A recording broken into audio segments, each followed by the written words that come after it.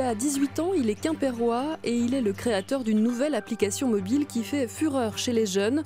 Portrait du fondateur de l'AppliJact au menu de cette édition des initiatives. Nous irons également à Paris à bord de la mairie mobile.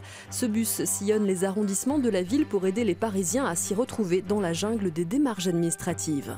Mais avant cela, direction Thiers où le secteur de la coutellerie innove pour survivre. Une entreprise a fait le pari de produire des baguettes asiatiques haut de gamme sur les mêmes machines que les couteaux Laguiole.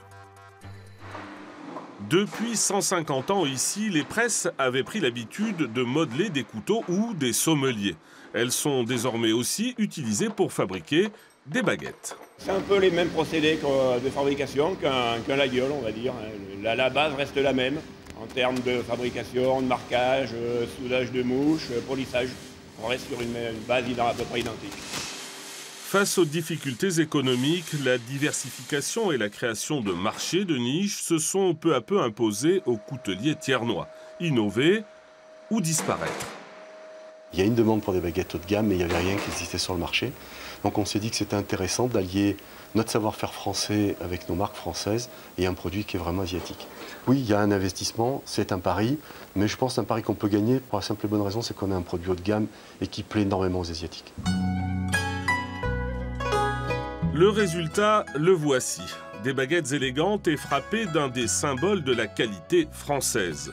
Ce type de pari et d'innovation est salué par les responsables locaux. C'est un bon retour de choses.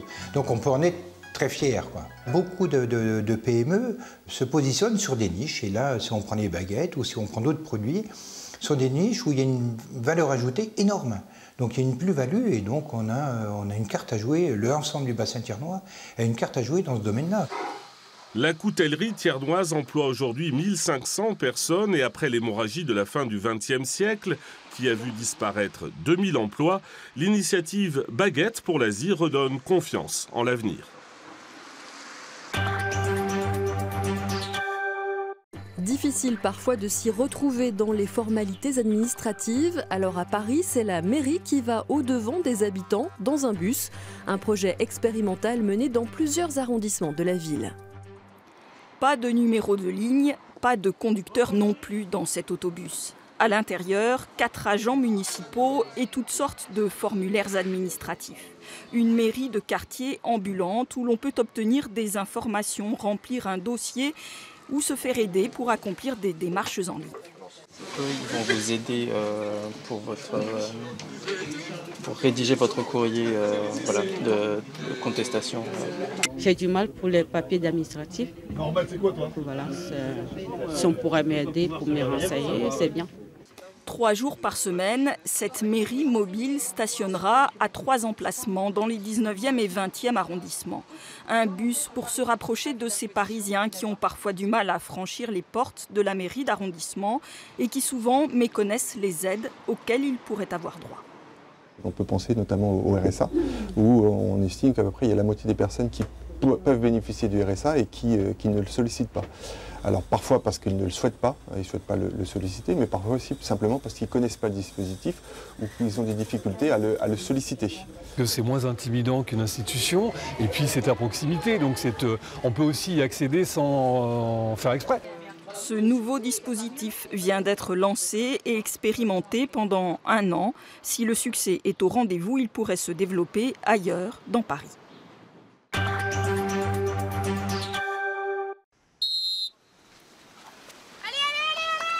Un sprint pour aller au secours de baigneurs en détresse. Réactivité et rapidité sont cruciales pour ces apprentis sauveteurs en mer qui se forment toute cette semaine sur la plage du Verdon à Martigues.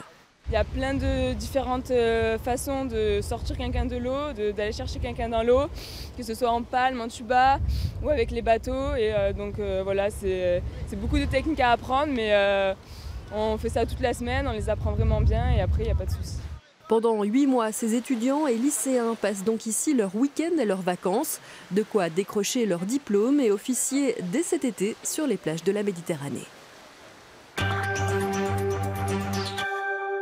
Enfin, direction Quimper pour rencontrer le jeune créateur de Jact, une application mobile proposant des émojis améliorés. Les émojis, ce sont ces petits bonhommes jaunes exprimant votre humeur et que vous pouvez ajouter à vos SMS. Jacter, c'est un vieux mot d'argot pour dire parler. Jacte, c'est désormais une application pour smartphone des plus branchés.